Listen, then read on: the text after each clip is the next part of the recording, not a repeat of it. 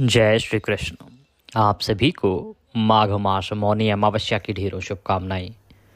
प्रिय दर्शकों, आज आप इस वीडियो के माध्यम से सुनेंगे गीता का 7वां अध्याय और साथ ही बताएंगे आपको किस विधि से आपको यह अध्याय सुनना चाहिए, कैसे ये आपके पितरों को तृप्त करता है, उन्हें मुक्ति प्रदान करता है, किस विधि से आपको संकल्प करके इसका पुण्य अपने पितरों को अर्पित करना है, कैसे जल तर्पण करना है। गीता के इस अध्याय का श्रवण संकल्प करके विधि विधान से पितरों को उसका पुण्य अर्पित करना और जल से तर्पण करना, ये कार्य आपके पितरों को आज के दिन अनंत पुण्य देने वाले होते हैं। शास्त्र कहते हैं कि जब आप अमावस्या के दिन गीता के 7वें अध्याय का श्रवण करते हैं, विधि विधान से वह जल पितरों को अर्पित करते हैं, तो इससे आपके पितृ तृप्त होते हैं। चाहे आपके पितृ कहीं घोर नरक में भी क्यों न हो, वहाँ भी उनको तृप्ति और मुक्ति प्राप्त होती है। इसीलिए आपको गीता का ये 7वां अध्याय आज अवश्य सुनना चाहिए। गीता का ये 7वां अध्याय आज इसलिए भी अधिक महत्वपूर्ण हो जाता है क्योंकि ये साधारण अमावस्या नहीं है, ये मौनी अमावस्या है। युगादि तिथि कही गई है क्योंकि इस तिथि से द्वापर युग की शुरुआत हुई थी। यही कारण है कि इस दिन किया जाने वाला पूजा पाठ, जप तप, व्रत और तर्पण अक्षय पुण्य देता है, अक्षय जो कभी नष्ट ही नहीं होता।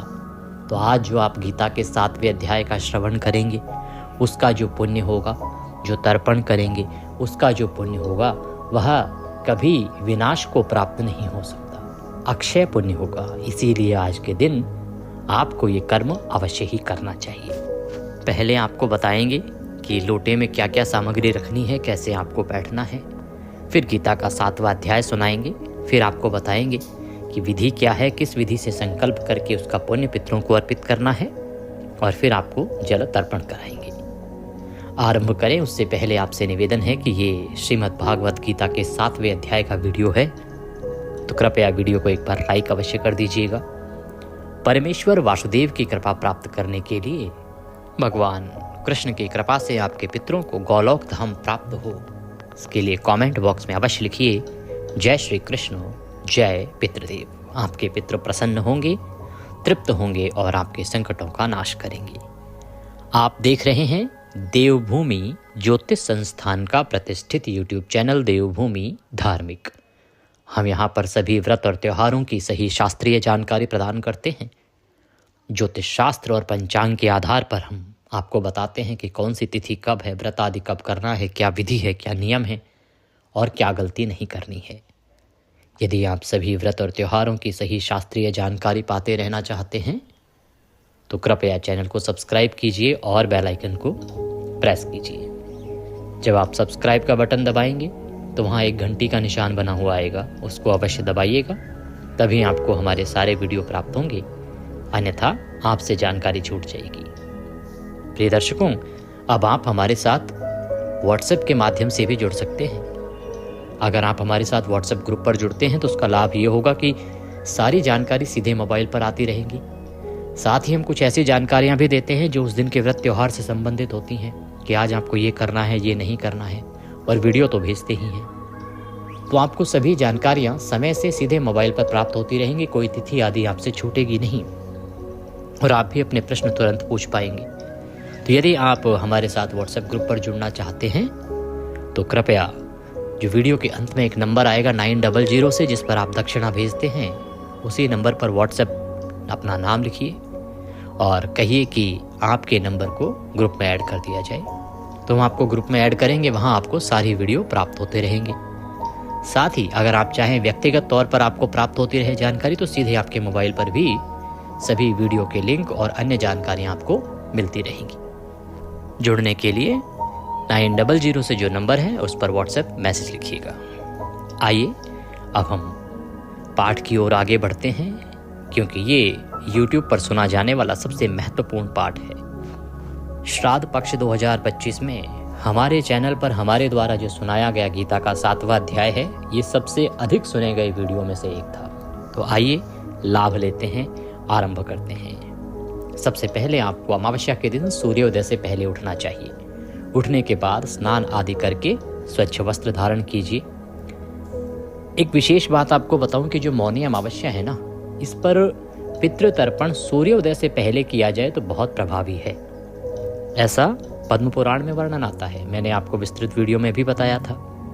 बाकी सभी दिनों पर पितृतर्पण सूर्योदय के बाद होता है, परंतु मौनी अमावस्या पर इसे सूर्योदय से पहले अधिक पुण्यदायी कहा गया है।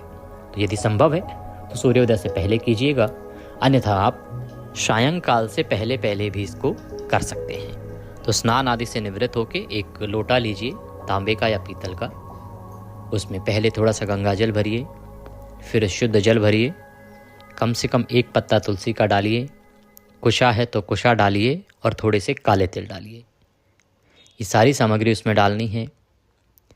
लोटे को अपने सामने रखिए, आसन लगाइए और दक्षिण दिशा की ओर मुख करके बैठ जाइए। इस समय लोटा आपके सामने रखा होगा, एक बार उसमें देखिए और फिर गीता के 7वें अध्याय का श्रवण कीजिए या पढ़िए। तो आइए अब हम गीता का 7वां अध्याय सुनते हैं। आप लोटा सामने रख लीजिए सामग्री डाल के और आसन लगा के बैठ जाइए, और पाठ के बाद आपको बताएंगे कि कैसे इसका पुण्य पितरों को अर्पित करना है। संकल्प करवाएंगे आपका और फिर तर्पण करवाएंगे। बोले कृष्ण भगवान की जय। अथ श्रीमद्भागवत गीता 7वां अध्याय प्रारंभः। श्री भगवान उवाच। भगवान बोले, हे पार्थ, अनन्य प्रेम से मुझ में आसक्त चित्त तथा अनन्य भाव से मेरे परायण होकर योग में लगा हुआ तू जिस प्रकार से संपूर्ण विभूति, बल, ऐश्वर्य आदि गुणों से युक्त सबके आत्मरूप मुझको संशय रहित जानेगा, उसको सुन कि हे पार्थ, तुम्हारे मेरे प्रति जो प्रेम है वह अनन्य है। तुम मुझ पर जो विश्वास करते हो वह भी अगाढ़ है। हे अर्जुन, आज मैं जो तुम्हें बताने जा रहा हूं उसको जानने के बाद और सुनने के बाद मैं ही सृष्टि का करता हूँ, धरता हूँ, पालन करता हूँ, मैं ही सर्वस्व हूँ, इसमें कोई संशय नहीं रह जाएगा। तो उस संपूर्ण वृतांत को ध्यानपूर्वक मन लगाकर सुनो, जिसको सुनने के बाद सब संशय मिट जाते हैं। हे अर्जुन, ज्ञानम तेहम सविज्ञानमिदं वक्ष्याम्य शेषतः। मैं तुम्हारे लिए विज्ञान सहित तत्व ज्ञान को संपूर्णतया कहूँगा, जिसको जानकर संसार में फिर और कुछ भी जानने योग्य शेष नहीं रह जाता। मनुष्याणाम सहस्रेषु कश्चिद्यति सिद्धये यत्तामपि सिद्धानाम कश्चिन्माम वेत्ति तत्वतः। हे अर्जुन, हजारों मनुष्यों में कोई एक मेरी प्राप्ति के लिए यत्न करता है, और उन यत्न करने वाले योगियों में भी कोई एक मेरे परायण होकर मुझको तत्व से अर्थात यथार्थ रूप से जानता है। भगवान कृष्ण कहते हैं कि अर्जुन, ये जो प्राणी समुदाय है ना, इन असंख्य लोगों के बीच में से कोई विरला होता है जो मुझे प्राप्त करना चाहता है, और उनमें से भी बड़ा कोई एक ही होता है जो उसके लिए प्रयत्न भी करता है, यत्न भी करता है, और मुझे यत्न करके यथार्थ रूप से जान भी पाता है। अर्जुन, इस संसार में पृथ्वी, जल, अग्नि, वायु, आकाश और अहंकार, इस प्रकार से ये 8 प्रकार से विभाजित मेरी प्रकृति है। ये 8 प्रकार वाली तो मेरी अपरा अर्थात जड़ प्रकृति है। ये 8 प्रकार के भेद हैं, ये मेरी जड़ प्रकृति है। और हे महाबाहो, इससे दूसरी को जिससे संपूर्ण जगत धारण किया जाता है, मेरी जीव रूपा परा अर्थात चेतन प्रकृति जान। और दूसरी जो प्रकृति है मेरी चेतन प्रकृति है। इस प्रकार से 2 प्रकार की प्रकृतियां हैं, एक जड़, एक चेतन। ये 2 प्रकार की प्रकृतियों के द्वारा ही ये सारा संसार व्याप्त है। हे अर्जुन, तू ऐसा समझ कि संपूर्ण भूत इन दोनों प्रकृतियों से ही उत्पन्न होने वाले हैं, और मैं संपूर्ण जगत का प्रभव तथा प्रलय हूँ, अर्थात संपूर्ण जगत का मूल कारण हूँ। कि ये जो जगत है, ये जो प्राणी समुदाय है, या ये कहें कि ये त्रिलोकी जो है पूरी, ये इन 2 प्रकार की प्रकृतियों से ही उत्पन्न हुई है। इन दो प्रकार की प्रकृतियों से ही बनी हुई है और मैं इस सारे संसार का प्रभव हूँ, प्रलय हूँ, अर्थात मैं ही इसका उत्पत्ति करता हूँ, मैं ही इसका पालन करता हूँ और मैं ही इसका संहार करता हूँ। अर्थात इस संपूर्ण जगत का जो मूल कारण है वो भगवान नारायण ही हैं। भगवान कहते हैं कि ये जो प्रकृति है ये मेरे द्वारा है और मेरे लिए ही है। अगर मैं ना हूँ तो ये प्रकृति भी नहीं होगी। हे धनंजय, मुझसे भिन्न दूसरा कोई भी परम कारण नहीं है। यह संपूर्ण जगत सूत्र में सूत्र के मणियों के सदृश मुझ में गुथा हुआ है कि हे अर्जुन, इस सृष्टि के होने का मेरे सिवा कोई और कारण नहीं है। मेरे होने से ही ये सृष्टि है और मैं ना हूँ तो ये सृष्टि नहीं होगी। हे अर्जुन, मैं जल में रस हूँ, चंद्रमा और सूर्य में प्रकाश हूँ, संपूर्ण वेदों में ओंकार हूँ, आकाश में शब्द और पुरुषों में पुरुषत्व हूँ। भगवान कृष्ण कहते हैं कि मैं जल में रस हूँ, अर्थात जल में जो जीवन है ना, जो रस रूपी हैं, वो भगवान वासुदेव ही हैं।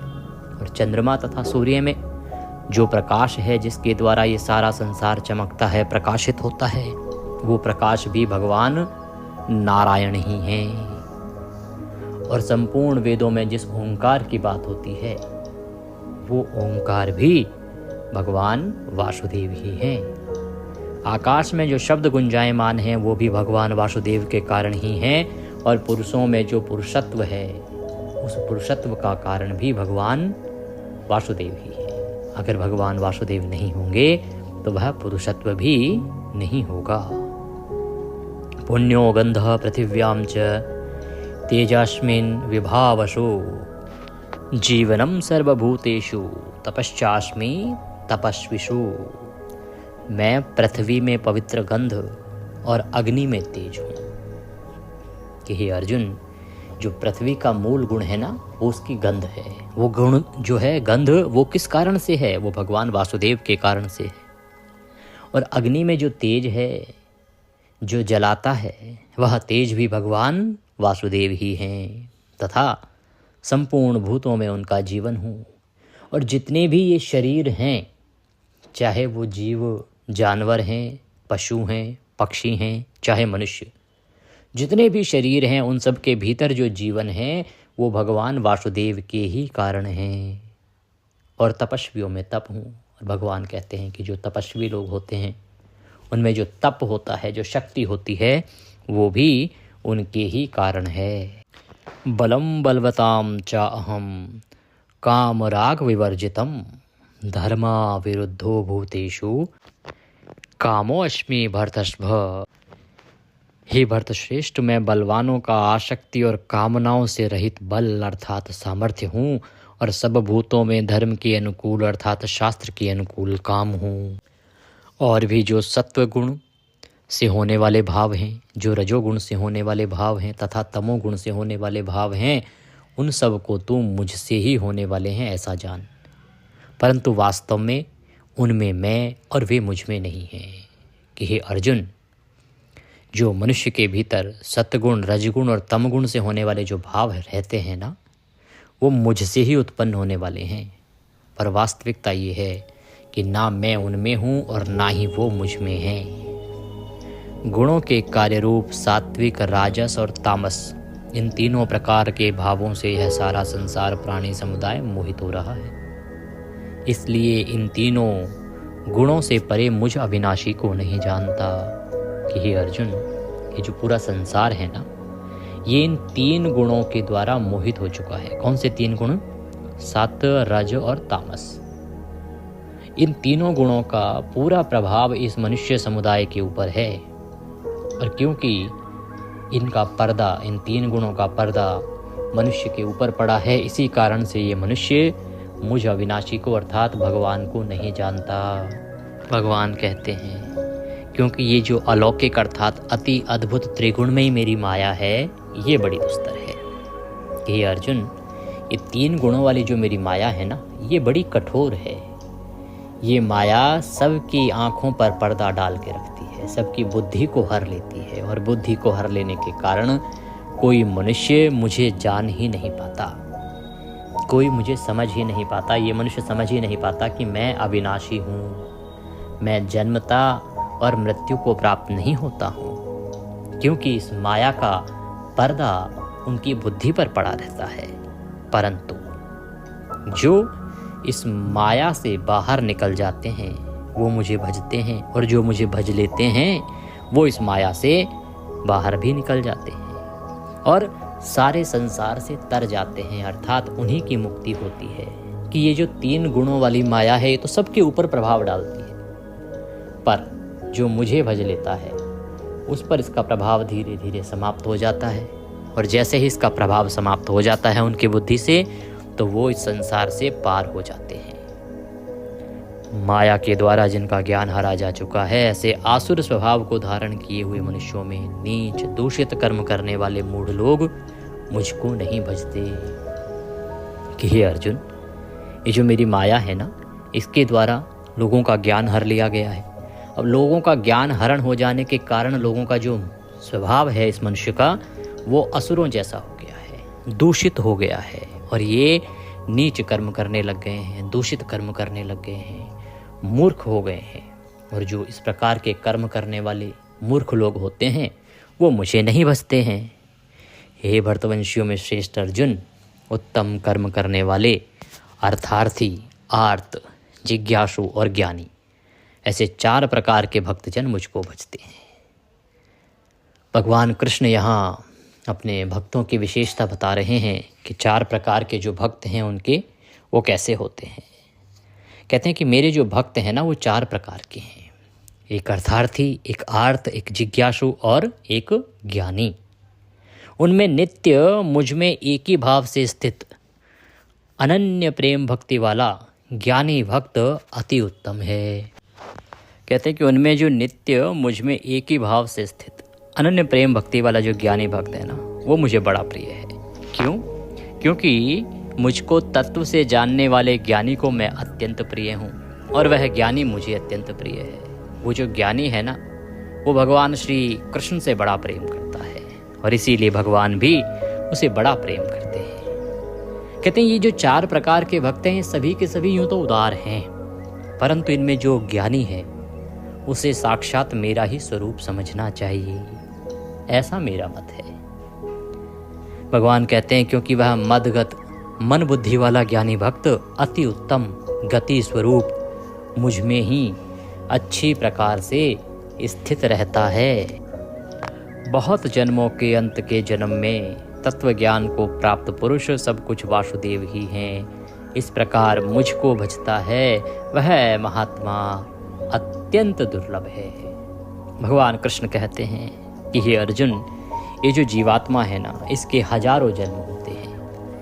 हजारों जन्म लेने के बाद भी जो उसका अंत का जन्म होता है, तब तक भी अगर कोई जीवात्मा ये समझ जाए इतने जन्मों में भी कि सब कुछ करता धरता वासुदेव ही हैं, तो ऐसी जीवात्मा का मिलना बड़ा कठिन है, बड़ा ही दुर्लभ है ऐसी जीवात्मा मिलना। अर्थात बहुत कम जीवात्माएं हैं जो अपने चक्र में ये जान पाती हैं कि सब कुछ वासुदेव ही हैं।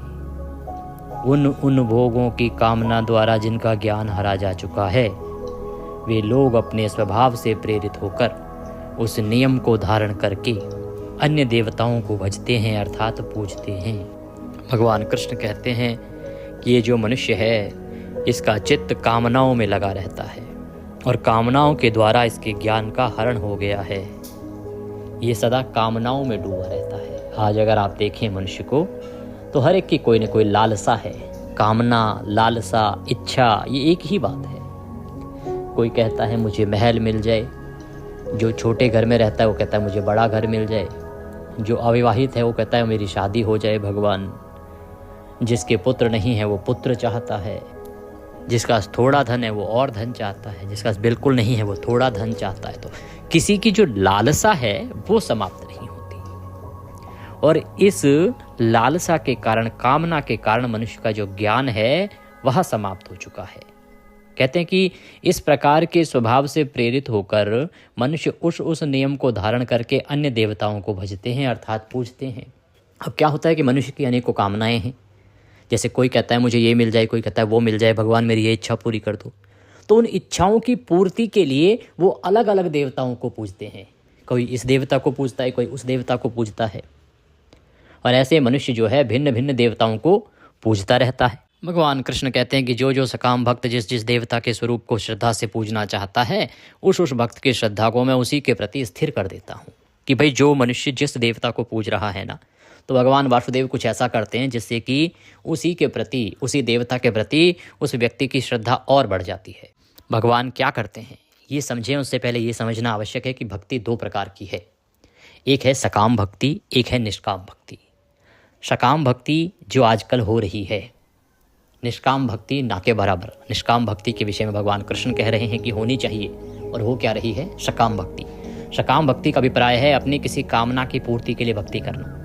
भगवान इतने का प्रसाद चढ़ा दूंगा, ये काम करवा दो, भगवान पास करवा दो। बच्चे कहते हैं पास करवा दो, इतने का प्रसाद चढ़ाऊंगा। कोई कहता है इंटरव्यू में पास करा दो, यहाँ आके दर्शन करने आऊँगा। कोई कहता है इतनी परिक्रमा करूँगा, ये काम बनवा दो। कोई कहता है विवाह करवा दो, सोने का छत्र चढ़ाऊंगा। कोई कहता है कीर्तन करवाऊंगा, ये काम करवा दो।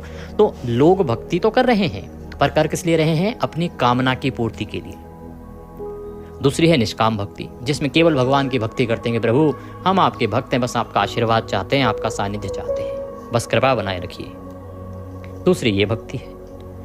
भगवान कृष्ण कहते हैं कि अब जो मनुष्य है वो कामनाओं की पूर्ति के लिए अलग अलग देवताओं को पूजता है, और मैं कुछ ऐसा करता हूँ जिससे कि उसी देवता में उसकी भक्ति और बढ़ जाती है। कहते हैं कि मेरे द्वारा ही निर्धारित किए हुए फलों को वो भोगता है। भगवान कृष्ण कहते हैं वह पुरुष श्रद्धा से युक्त होकर उस देवता का पूजन करता है, और उस देवता से मेरे द्वारा विधान किए हुए उन इच्छित भोगों को निसंदेह प्राप्त करता है। कहते हैं कि जब अन्य अन्य देवताओं को मनुष्य पूजता है कामना की पूर्ति के लिए, तो उन इच्छाओं को पूर्ति कौन करता है, मैं ही करता हूं, पर उस देवता के माध्यम से करवाता हूं। मैं सीधा नहीं देता, उस देवता के माध्यम से उन इच्छाओं को पूरा करवाता हूं। और उन मनुष्यों को लगता है कि उसी देवता ने वो इच्छाएं पूरी की हैं, इसलिए उन मनुष्यों की श्रद्धा उसी देवता में बढ़ जाती है। परंतु उन अल्प बुद्धि वालों का वह फल नाशवान है, तथा देवताओं को पूजने वाले देवताओं को प्राप्त होते हैं, और मेरे भक्त चाहे जैसे भी भजे मुझे ही प्राप्त होते हैं। भगवान कृष्ण कहते हैं कि हे अर्जुन, इनकी बुद्धि बड़ी अल्प है, बड़ी छोटी है। इनको पता ही नहीं कि ये सकाम भक्ति से जो चीज़ें प्राप्त कर रहे हैं वो आज नहीं तो कल समाप्त हो जाएंगी। पर जो मेरे भक्त हैं, जो मुझे पूजते हैं, वो सदा मेरे लोक को प्राप्त होते हैं, वो मुझे प्राप्त होते हैं, और उनकी मुक्ति निश्चित हो जाती है। बुद्धिहीन पुरुष मेरे अनुत्तम अविनाशी परम भाव को न जानते हुए मन इंद्रियों से परे मुझे सच्चिदानंदन घन परमात्मा को मनुष्य की भांति जन्म कर व्यक्ति भाव को प्राप्त हुआ मानते हैं। कहते हैं कि हे अर्जुन, ये जो मनुष्य है ना, ये बुद्धि से हीन हो गया है। इसकी जो ज्ञानेंद्रियां हैं उनका हरण हो गया है, इसीलिए इनको पता ही नहीं है कि मैं जो सच्चिदानंदन घन परमात्मा हूँ, मैं जन्म के फिर पैदा नहीं होता, परंतु ये मनुष्य मुझे भी जन्म के मृत्यु को प्राप्त होने वाला मानता है। कहते हैं अपनी योग माया से छिपा हुआ मैं सबके प्रत्यक्ष नहीं होता, इसीलिए यह अज्ञानी जन समुदाय मुझे जन्म रहित अविनाशी को नहीं जानता, अर्थात मुझको जन्मने मरने वाला समझता है। कि हे अर्जुन, जो मेरी योग माया है ना, इसके द्वारा मैं सदा छुपा रहता हूँ। मनुष्य को पता ही नहीं होता कि मैं ही सृष्टि को चला रहा हूँ, और यही कारण है कि ये मुझे जन्मने और मरने वाला समझते हैं। इन मनुष्यों को लगता है कि मैं भी जन्म लेता हूँ और फिर मृत्यु को प्राप्त हो जाता हूँ। हे अर्जुन, पूर्व में व्यतीत हुए और वर्तमान में स्थित तथा आगे होने वाले सब भूतों को मैं जानता हूँ, परंतु मुझको कोई भी श्रद्धा भक्ति रहित पुरुष नहीं जानता। कहते हैं कि जो पीछे हो चुका है और जो भविष्य में होने वाला है, ये सब मैं जानता हूँ, पर मुझे वही जान पाता है जो भक्ति में डूबा हो, जो श्रद्धावान हो, जिसमें श्रद्धा है, जो सद्कर्म करता है, वही मुझे जान पाता है। हे भरतवंशी अर्जुन, संसार में इच्छा और द्वेष से उत्पन्न सुख दुख आदि द्वंद्व रूप मोह से संपूर्ण प्राणी अत्यंत अज्ञानता को प्राप्त हो रहे हैं। कि हे अर्जुन, ये सुख और दुख का जो द्वंद्व है ना, इसके बीच में पूरा का पूरा प्राणी समुदाय फंसा हुआ है, और इसीलिए वो अज्ञानी होता जा रहा है। परंतु निष्काम भाव से श्रेष्ठ कर्मों का आचरण करने वाले जिन पुरुषों का पाप नष्ट हो गया है वे राग द्वेष जनित द्वंद्व रूप मोह से मुक्त दृढ़ निश्चयी भक्त मुझको सब प्रकार से भजते हैं। कहते हैं परंतु जो निष्काम भाव से भक्ति करते हैं ना, जो श्रेष्ठ कर्मों का, अच्छे कर्मों का आचरण करते हैं, तो निष्काम भक्ति और अच्छे कर्मों के आचरण से उनका जो पाप है ना वो नष्ट हो जाता है। और जब पाप नष्ट हो जाता है तो वे राग द्वेष जनित जो द्वंद्व रूप मोह है उससे वो निश्चय ही मुक्त हो जाते हैं। और ऐसे ही भक्त मुझे भजते हैं, अर्थात भगवान वासुदेव को भजते हैं। कहते हैं जो मेरे शरण होकर जरा और मरण से छूटने के लिए यत्न करते हैं वे पुरुष उस ब्रह्म को, संपूर्ण आध्यात्म को, संपूर्ण कर्म को जानते हैं। कि जो मेरे शरण में आ जाता है, जो मुझे प्राप्त करना चाहता है, जो मेरी भक्ति करता है, वह निश्चित इस संसार से मुक्त होना चाहता है। और वही मनुष्य संपूर्ण आध्यात्म को और संपूर्ण कर्म को भी जानता है कि कैसे उसे मुक्त होना है। कहते हैं जो पुरुष अधिभूत और अधिदैव के सहित तथा अधियज्ञ के सहित मुझे अंत काल में भी जानते हैं वे युक्ति चित्त वाले पुरुष मुझे जानते हैं, अर्थात प्राप्त हो जाते हैं। कहते हैं कि जो संपूर्ण अध्यात्म को समझ लेते हैं और जो अंत समय में भी यदि मेरी शरण में आ जाते हैं और मुझे भज लेते हैं तो मैं उनका भी उद्धार कर देता हूँ, वो भी मेरे धाम को प्राप्त कर लेते हैं, अर्थात मुक्त हो जाते हैं। तो इस 7वें अध्याय में भगवान वासुदेव का एक सीधा संदेश है कि मनुष्य को निष्काम भक्ति करनी चाहिए, सकाम भक्ति से बाहर निकलना चाहिए। आज के समय आप देखेंगे भक्ति तो बहुत कर रहे हैं लोग, पहले इतनी भक्ति नहीं होती थी, बड़े कम लोग दिखते थे। आज देखिए गाय को चारा खिलाने वाले कितने हैं, मंदिरों में लाइनें लगी हुई हैं, यात्राओं पर जाने वाले, ट्रेनों में कहीं टिकट नहीं मिलता, पर फिर भी ये जो भक्त हैं सब सकाम भक्ति में लगे हैं। निष्काम भक्ति की ओर बढ़िए तो मनुष्य का कल्याण होगा।